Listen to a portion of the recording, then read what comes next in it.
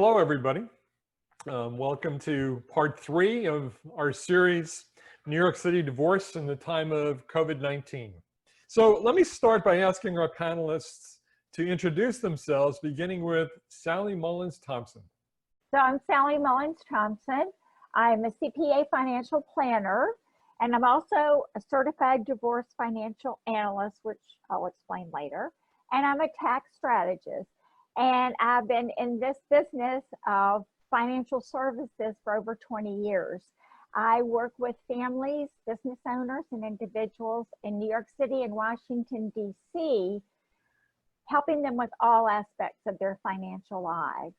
And that includes life transitions. I have a special interest in women who are navigating the divorce process. Thank you, Sallie. Tell us a few stories, and also you have a special designation relating to divorce cases.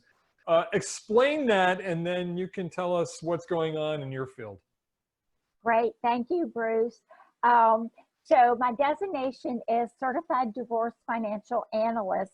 And you know what they say, marriage is about love, but divorce is about money. So this designation, I analyze the money end of the divorce. And I work with the couple as a neutral or in a collaborative divorce team. And I also work with attorneys. One of the things I really want to do is support attorneys so that they don't have to deal with the finances and the tax part of the divorce for their clients. I can do that for them. And as a certified divorce financial analyst, that's what I do. And one of my cases actually illustrates a little bit more about that particular work. But the first case is a mediation case and a couple that I've been working with actually since the fall. And in the beginning, this couple could hardly stand to be in the same room with each other. This was before COVID-19. They'd sit at opposite ends of the sofa and they wouldn't even look at each other. It seemed like they were sort of indifferent to each other. And there really weren't even any arguments. So that's why I thought maybe it was indifference. But the mediation session seemed to be a place for them to talk about the things that they couldn't talk about on their own. And to date, even after COVID-19, that seems to be the main purpose. I'm not sure when we're ever going to finish and they get divorced, but anyway, we're working through it. So the mediation sessions really need to be about creating, talking about issues to be resolved, creating options, and reaching some kind of settlement agreement. That's what it's really about. But this couple's been married for about 15 years. They have 2 elementary school children. They rent their home and they have very little assets. They actually decided to get divorced 3 years ago. But because there wasn't enough money, because they're spending more than they make, the husband couldn't move out. Since in January, finally did move out to his mother's. He still does not have his own place because of the money. They care really deeply about their children. They're on the same page. They want to provide the same, they're in agreement on one thing. They want to provide certain financial opportunities to the children. And I think that's part of the reason that they've overspent. But because they haven't really talked about money during the marriage, the wife hardly seems to know how much is available to spend. And because of that, this little communication in that area, I think that is part of the reason that the marriage has broken down. And I see that in when I'm mediating, see couples who really can't communicate, and usually it's around money. So the wife actually states that the husband has no knowledge of managing money. She's been waiting for him to learn how, but you know, she could have helped too. Their philosophy seems to be that the husband is responsible for 95% of the family's finances. And this seems to be satisfactory to both of them, even to the husband. He doesn't seem to expect her to really carry her weight. She pays for a few of the children's classes, but that's it. And she buys their clothes. So, and they're making a reasonable amount of money in the range of $285,000 to $300,000 wages. They're really in debt. They're in debt to family members over $40,000. They're in debt to the IRS a little under $40,000. The debt to the family members was summer camp for the children. They have credit card debt, and the wife has credit card debt because of the clothes for the children. So that's kind of the background of the situation. Now, when the New York City pause began, the mediation session switched to Zoom so they could continue these conversations. But the husband actually got the virus, and he was in the hospital for 8 days, I think, on a ventilator. And that was the first time I really saw the wife act like she cared, but maybe that's because he's the cash cow, so I don't know. But once he recovered, we resumed the mediation sessions, but no real change has occurred. So here's a situation where we were able to continue the mediation during the shutdown, but there really hasn't been any change. I was thinking that the husband getting sick might cause a shift, but it didn't. But the main thing is the conversations have continued. Now, the other case that I wanted to tell you about is this is one where I am actually doing the financial piece for this couple. And there have been several changes as the case has proceeded, including after COVID-19.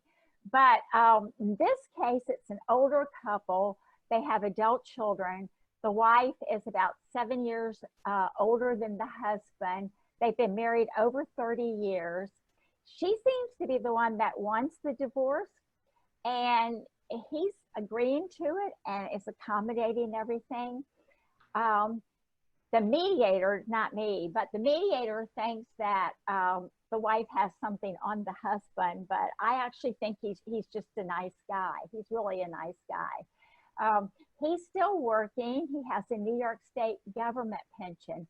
This is a non-ERISA plan, which means that the wife really doesn't have any ties to the plan. So John spoke about the quadro.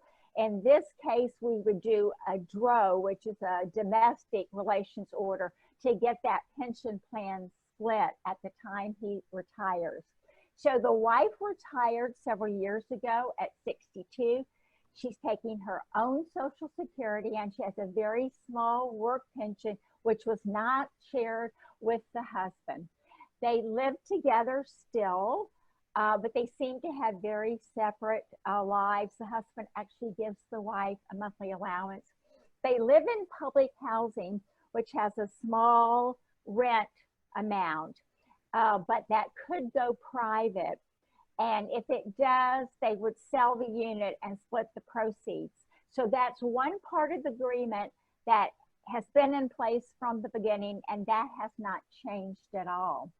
Now, this is sort of interesting. Initially, this was one of the changes. Initially, the wife just wanted a sum of money to move out of New York and go live with her daughter in Texas. And so the husband was in the process of trying to get up the money to give her to do that. And she undertook a trial visit. And 3 weeks later, she came back and she said that wasn't going to work for her, and she wants to stay in the apartment. So the husband agreed he would move out and began looking at places. So here was a major change that caused, we had to go back and redo the income allocation and the asset division. So now when the New York City pause began, they switched to Zoom, the mediation sessions. They sit in the same room on two devices, separate devices. They don't even want to share the same device while we're in a mediation session. They actually both became sick with the virus. The husband was in the hospital for 6 days, and the wife stayed home and she recovered. When the husband came back, he decided that he wants to retire now. So, and he wants to start taking his pension, which he'll split with the wife. So this was a result of the virus and the changes. But because of that, the original finances that we had allocated and split all have to go back and be redone. And they have a limited amount of assets. But as a CDFA, what I do is I look at the assets, I look at all different ways to allocate the income, like how's the pension going to be split? The fact that he pays less rent, she pays less rent. How are we going to accommodate that? What are we going to do about the tax ramifications of the different splits? And that I will look at that, and I will just decide on different scenarios to review and come up with the one that is the most equalized from income as well as net worth. And I project that out for 30 years to see what their situations are as they go forward. So this case is an example of one where COVID-19 really upended the divorce progress. However, because of the fact that it was a mediated case and we could do it on Zoom, we were able to continue working through. So therefore, these couples, both of them actually, are closer to moving on with their lives. Thanks very much, Sallie. Those are really interesting stories. I'm sure when we bring you back for the next show, you'll have a few more of those as well.